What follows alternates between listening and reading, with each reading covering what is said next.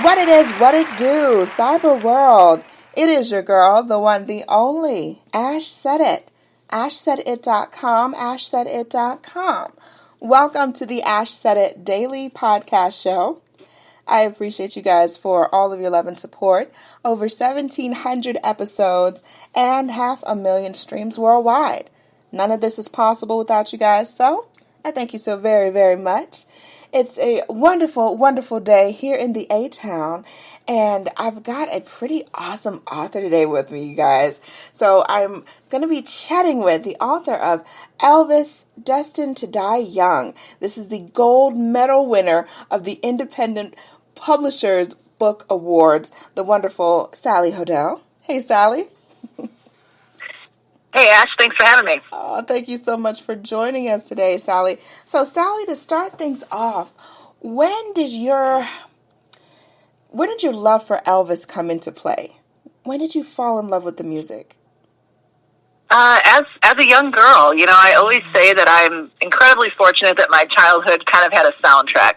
My dad was born the same year as Elvis, and for that reason, he wasn't a huge Elvis fan when Elvis first came out, because Elvis was kind of for the girls in 1956, and my dad was a big Frank Sinatra fan. But growing up, every Saturday or Sunday, there'd be records playing on his stereo, and it would be Ray Charles and Jerry Lee Lewis and Frank Sinatra and just all sorts of classics, right?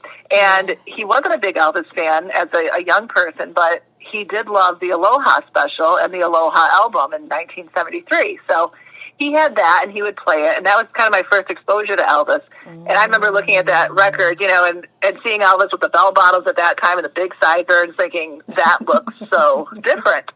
And and this was the early 80s, after Elvis had died, and I was just a kid, probably 8 years old, and from there, I discovered young Elvis on my own. I remember, going to Kmart after church on a Sunday and picking up the cassette of Elvis's gold records, and I discovered Don't Be Cruel and 1950s Elvis, and I was just hooked from then on. I love it. So would you say that a lot of that adoration for Elvis has come from your childhood experiences in order for you to pour it into this book?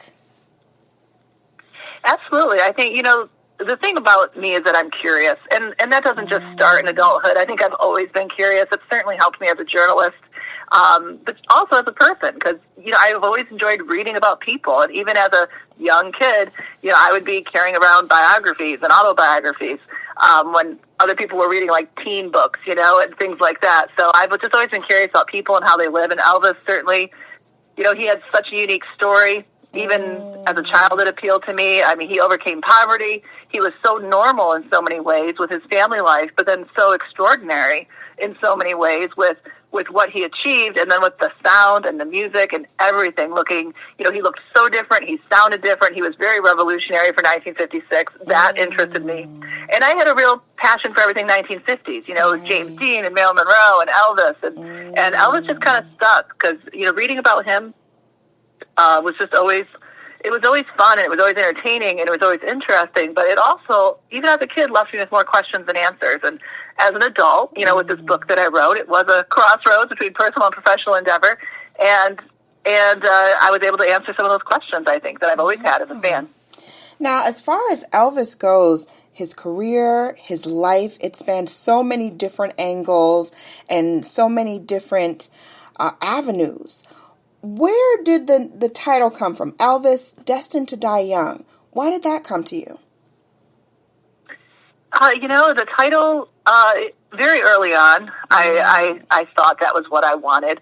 Elvis, one of the problems with Elvis, even though his contributions really did culturally shift the universe, he has been so weighed down in sensationalism and myth, because he is this person who's still recognizable around the world by his image and his first name. And because of that, he really hasn't been treated like the historical figure that he is, and so much truth has been lost. So I didn't want a sensationalized title, the death of the king or anything like that, or how Elvis really died.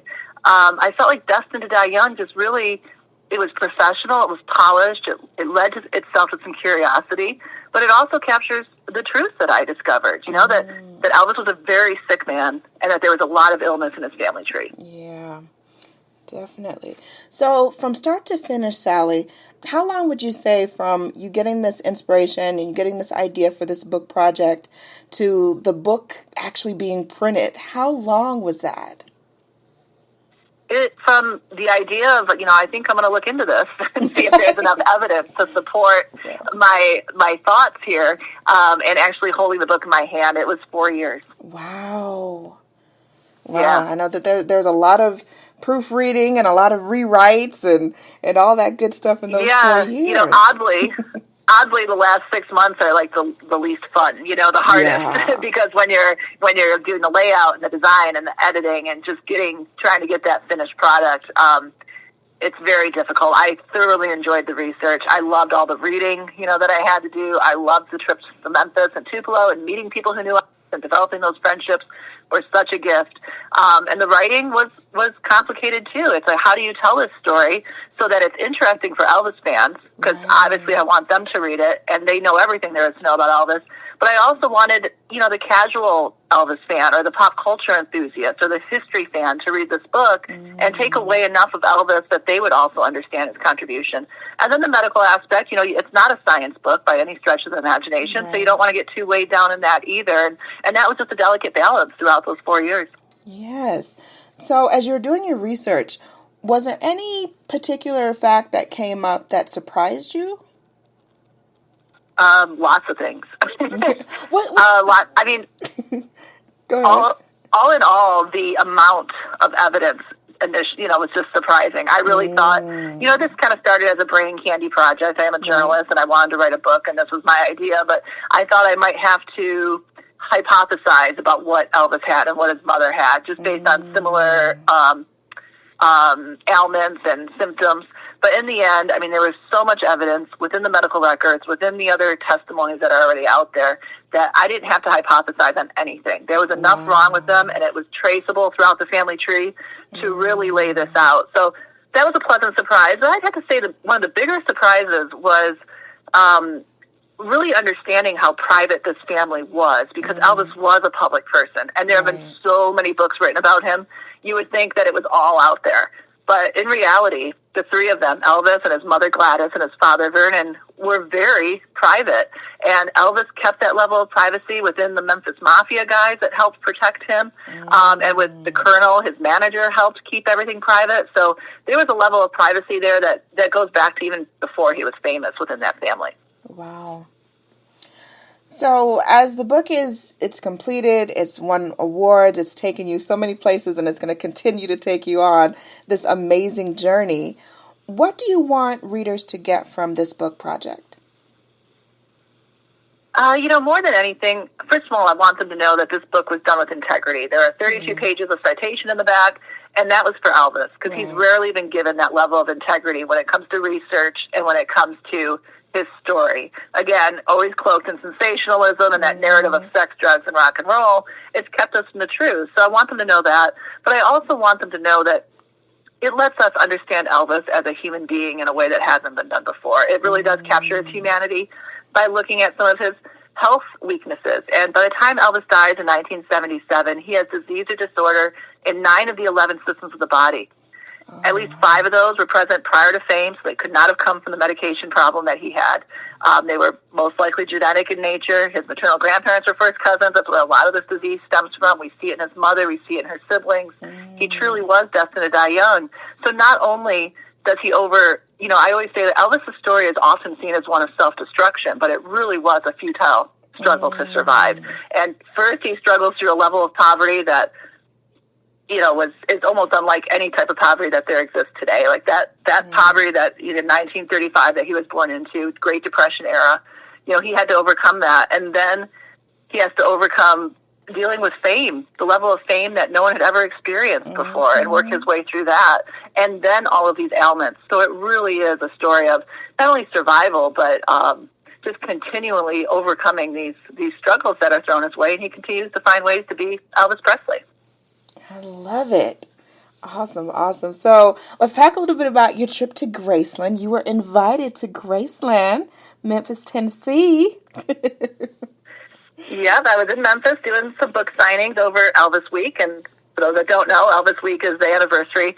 every year of his death, and this August 16th, it was 44 years. Wow. And it is an incredible experience. And I've been to Memphis a number of times, and I've never gone during Elvis Week. They always go to research and interview, and Elvis Week is not the time to do that because everybody's so busy with everything going on. But I have to say, I absolutely loved the experience. To go to Candlelight Vigil, which happens every year on the eve of his death, and see 10,000 people lie in the driveway, holding a candle, and walking by his gravesite to pay their respects. Who else do they do that for on this planet? Not many. It's Elvis Presley, and it's something to see. It is. Wow. Sally, thank you so much for coming through today. Definitely appreciate you. The book again, you guys, Elvis, Destined to Die Young. Sally, where can people get the book and, of course, follow your journey? Absolutely. My website's a great place to start, and that's elvisauthor.com. The book's also available on Amazon. If you have overseas listeners, strictlyelvis.net is a great place to go. And to follow the journey, I do have a Facebook page just for the book, and there's tons of information on there and interviews and a lot of, sourcing on who I talked to and who knew Elvis and all that. And that's my Facebook page, Elvis Destined to Die Young. And you can check out my page, too, under Sally Hoedel. So. Perfection. Thank you so much, Sally. Much more success in your next book projects. I know that you got some stuff cooking up there. We'll talk about that next time, your next interview. All right. That sounds great. Such a pleasure to talk with you. I appreciate it. Thank you. And I appreciate each and every one of you guys. Thank you so much for all of your love and support. Keeping in mind, anyone to tell you that you can't do what you want to do. You look them square in the face, you tell them, don't believe me. Just watch. Watch what I do. Watch me make it happen. Watch me make history. That's what we're doing this for, the history books. Social media is nice, but real life is so much better. Until next time, you guys.